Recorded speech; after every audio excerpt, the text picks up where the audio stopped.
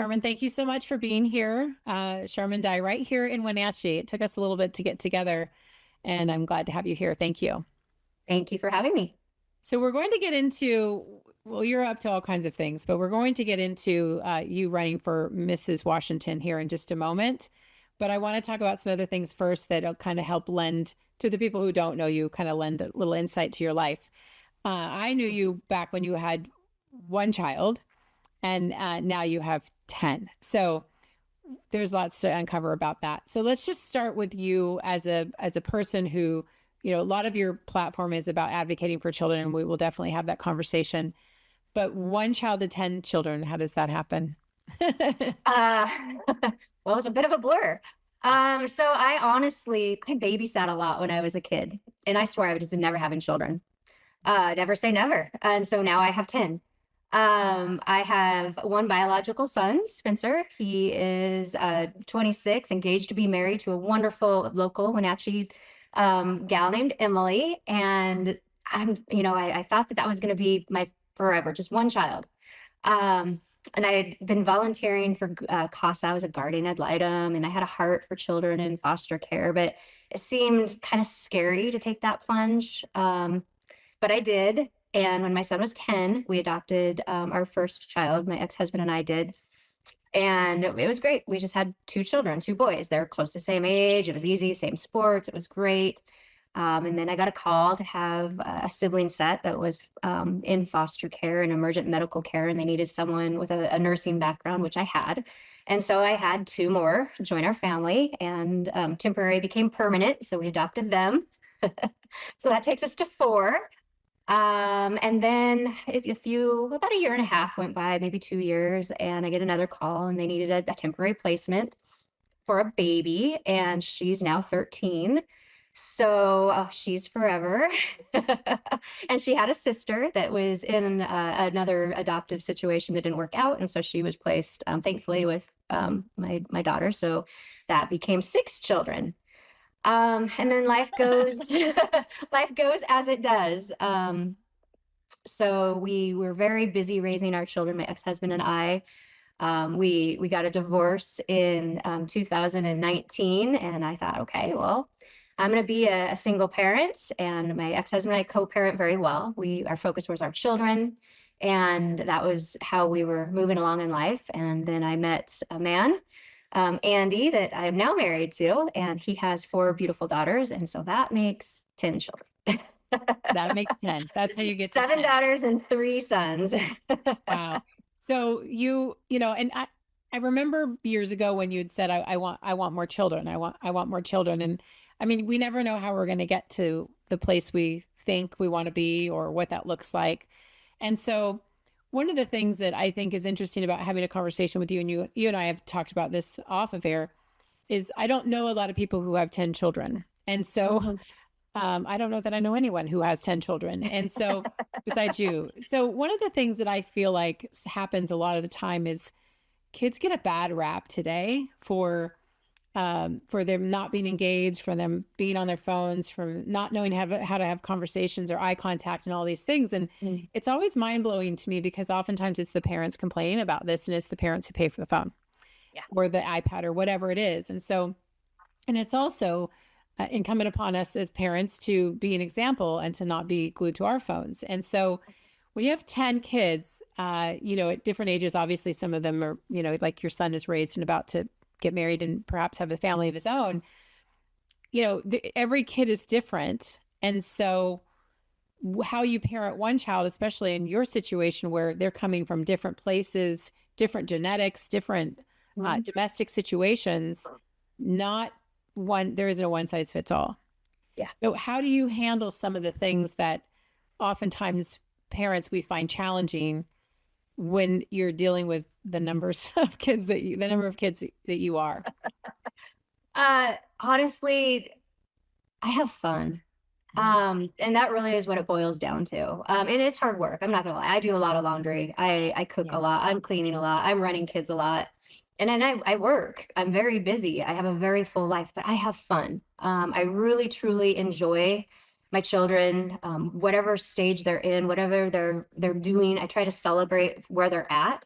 And it's diverse. And so every child has a need, every child's going in a different direction. We're blessed with 10 healthy children. That's a pretty good ratio. We're not dealing with any medical conditions. That's an amazing. I have had, out of all of my children, I have one that has a broken bone, Yeah. a sledding accident. Yeah. So I've just really been blessed with healthy children, and so I have fun parenting. I try to make a little bit of time for everybody.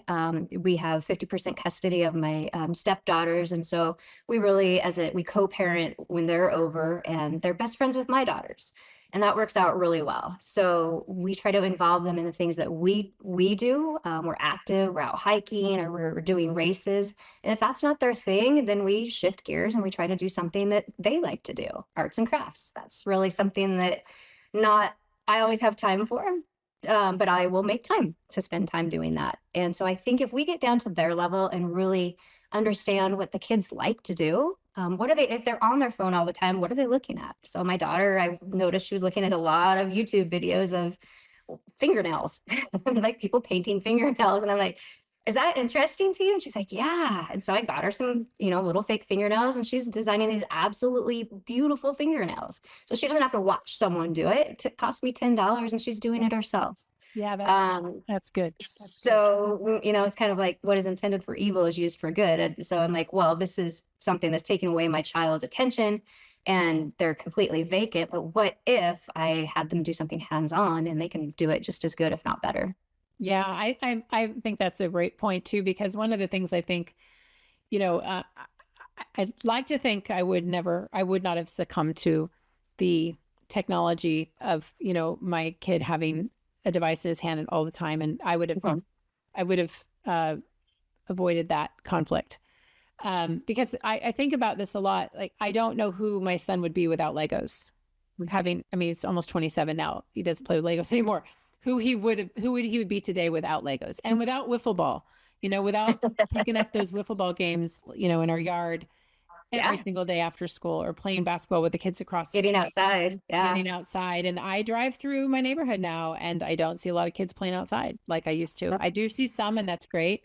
But I do think, when we hear this all the time, like our parents said, get out, like go play. Outside and play. We didn't get to come back in. We didn't we maybe got a sandwich with water from the hose, and that's just real stuff. And people joke about that. Oh, I grew up at this age and that's why I am who I am. But we are the parents of these kids. Yeah.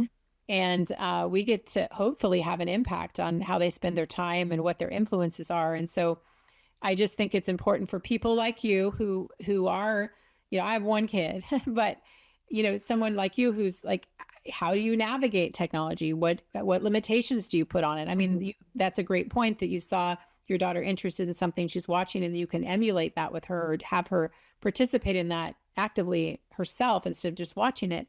But what are some of the things, what guidelines or rules do you have about technology, if any? Do you need them? Yeah. So I need my kids to have phones because I have so many. And that's exactly what they're used for. They're used for communication. That's a priority of what they're used for. My teenagers, they're used for communication. That's top priority. If they are not communicating with their phone, then I guess they don't need it. So that's the whole point of getting one to begin with. But obviously that's how they stay in contact with their friends. And as long as it's used appropriately, that's okay. And I trust my kids, but they also understand that it comes with, if you misuse your phone or you're breaking trust, there's consequences, and it's not safe out there. I've had an issue with one of my children of being, on social media, someone that wasn't safe. And so that was a problem. She's like, I don't want my phone. That was scary for her. And with even something as simple as Roblox or some, chat, a lot of kids use Pinterest and different ways to communicate. When you think that you have all the safeguards in place for your children, there's ways around it. I've probably seen it all. And I don't want to micromanage, and I honestly don't have time to do that. So I do trust my children, but I do ask questions and I do monitor their behavior.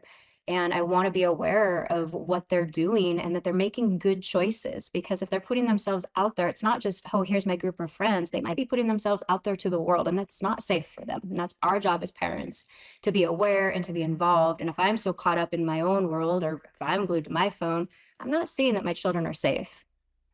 Yeah, keeping them safe. Well, that brings us to the platform that the reason you're choosing to run for Mrs. Washington. So let's take a break and come back. And I want to share just the ongoing heart you have for kids and the work you're doing for their corner of the world. We'll be back in just a moment.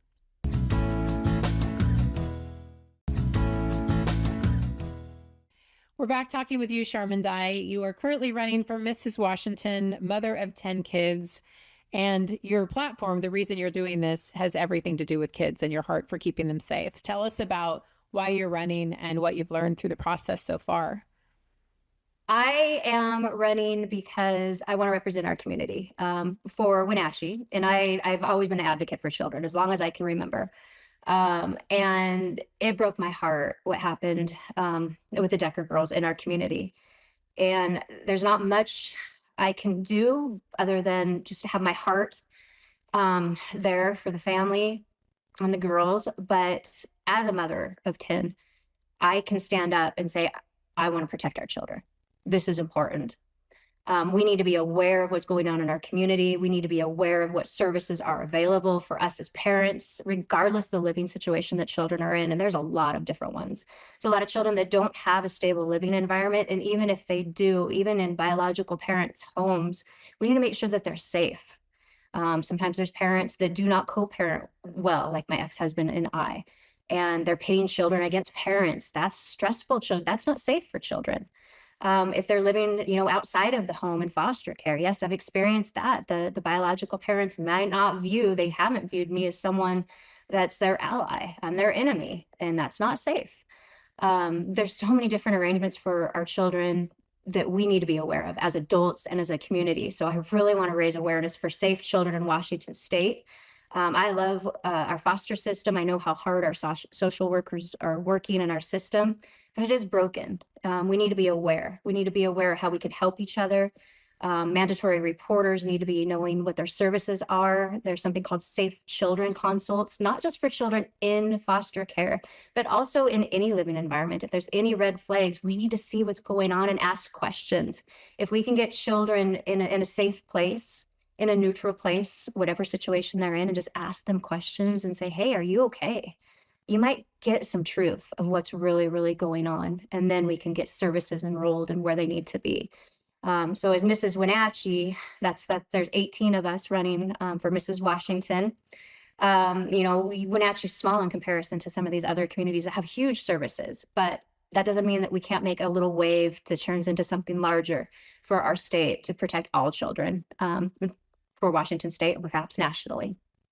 And when you talk about this, one thing I want to clarify, you'd said earlier that some people don't co-parent well, like you and your ex-husband. I want to make sure it's clear that you are saying that the two of you co-parent well. Yes. Some people don't co-parent well. So that's an important part of this piece, but also looking at when you decide to run for something like this and you are busy, you're raising 10 kids and you work and, all these things, you doing all of the things in all the different directions. When you start to think about what changes can be made, and I always say in our little corner of the world, if we just take care of our kids, if everyone takes care of their kids, then we are taking care of our corner of the world and the world gets to be a better place. But not everyone is taking care of their kids. And so we have to help in whatever way we can. So in your experience, short of adopting 9 children, what are some of the ways that you think people who are watching, who are thinking, how do we protect our kids here? What is something that I can do? I am not prepared or capable of being a foster parent or adopting children. What does that look like for someone who just wants to serve in the community in the best way they can? There's so many things that we can do for our children. First of all, being an example, talking with kids. I know kids have some funny behaviors and they're not always wanting to talk, but we have some really cool kids. I've coached girls on the run. I've been a volleyball coach. I coached soccer with my husband and we've done t-ball. So getting out, even if you're not an active parent, just being out in the community, if you have something to offer these kids, they'll gobble it up. They love role models. My teachers love their teachers, and our teachers are tired.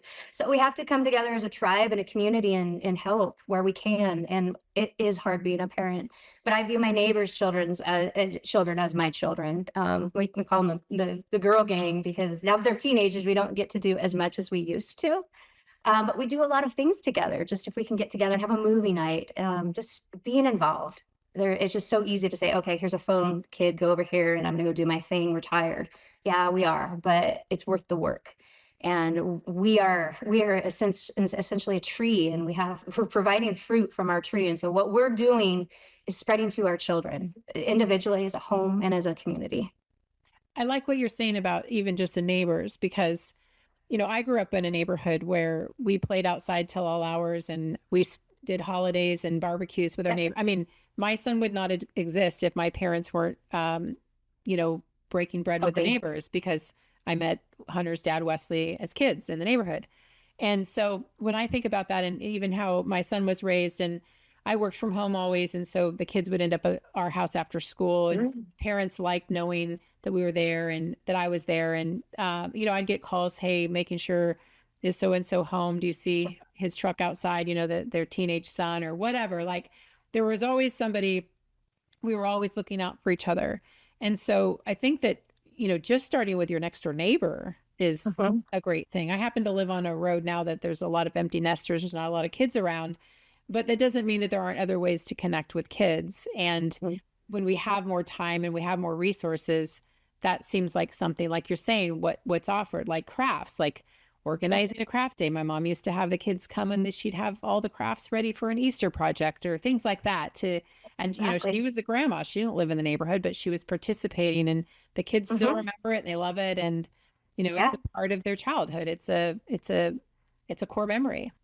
Yeah, and coming to the Easter egg hunt, or even my children, we've painted rocks before. Some of the children love diamond art. We have diamond art parties. Whatever it is that they're into, just encouraging your presence, even if you're not actively doing it, but support them. Create the platform, create the opportunity. We can do that, and if not, there's community resources that will help. Yes, let's talk about the Hope Scholarship. So that's something that I'd like to promote for our Valley, and I'll send you the link for that if people are interested in learning more about it. But basically, it's a scholarship in honor of the Decker girls, to be able to provide for our community children to be able to play sports like soccer, because that's something that they love to do. And so there are children that don't get the opportunity, or maybe they've missed out on a scholarship, but this gives an opportunity for all children to be able to participate in an activity if that's something that they would like to do. So I'm going to promote that as part of my platform. I have an ad in my pageant that I'll share that for all people across Washington State, and hopefully they will have a heart to be able to donate to that scholarship for our local kids. So what happens now? So you're participating in the pageant. What is the timeline of things, and what does that actually involve in a small nutshell? So the pageant is the 21st of March. It's over in Seattle. I just recently returned from a workshop, and I learned probably more than I've ever learned in my years of being a woman. What I need to do, walking in high heels, how to hold myself, how to talk, walking with a crown on my head. I'm a hat person. I run Spartans. I'm very comfortable in mud. I am way out of my comfort zone on this. Wearing a gown, and that's just uncomfortable, but that's why I want to do it. It's hard. And I'm doing it because I care, and I want to raise awareness. If it was easy, it really wouldn't mean as much as me getting way out of my comfort zone. So anybody that knows me knows that this is not something that comes naturally for me. Right. Well, let's take a break. I want to talk about one more thing. I want to talk about the purple thing behind your head, in case anybody's wondering about it. And we'll talk about that story too in just a moment. We'll be back. Thank you.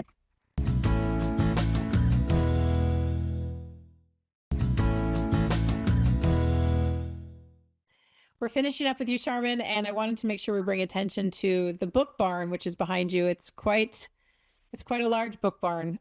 Tell us about that. You built it with your kids. We did, and it's a labor of love. We've been working on it for several months.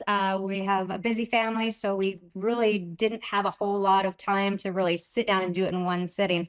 So it's been happening since June. We just finished it a few weeks ago. We had some friends that are builders that actually helped construct it. So it's a nice sturdy book barn. It has a nice bench. Down below, it's got a planter where you can put flowers, and then we have a rock garden, because I know there are people that are interested in wanting to paint rocks. Again, something you can do with your kids, and something kids in the community can do to support also. I had the opportunity to get a lot of amazing books donated. The Dolly Parton Foundation actually donated 50 books. She was just touched by the story and that we were going to do this. She loves children, and she has a literacy program to be able to promote children for reading, which is amazing. So I'm pretty excited to get this out in the community. I wasn't sure where it was going to live because it is large. We painted it in the girls' favorite color with purple, pink, and green. We did some unicorn spit, and it was lots of fun. All my kids participated in it. My middle daughter, Ella, actually designed the butterfly piece of it, and everybody had their hands in it. So I'm excited to announce it's going to be living actually right across from John Newbery School, in my friend's yard that graciously is going to host it, and I'll get it registered as the Decker Hope Book Barn for Wenatchee Valley. That's amazing. And just even to have, to have the location, have the idea and bringing it to fruition. What was it like to work with the kids in terms of like, did you see I think sometimes when you give kids a job and they get to have some pride in it, but did you see them stand out in certain ways, in ways that maybe you hadn't seen before? Mm-hmm. Yeah. So down at the bottom, you're not really able to see it, but it says We'll show hope. pictures. Yeah. Okay. Yeah. So there's letters. They each got to paint a letter. And there's pride. Like they took painting their letters very seriously, and where it's going to live. We did it together. I didn't dictate it. I'm like, what do you think? Where should it go? They helped me arrange the books. They helped me paint. My husband and I constructed all of this together.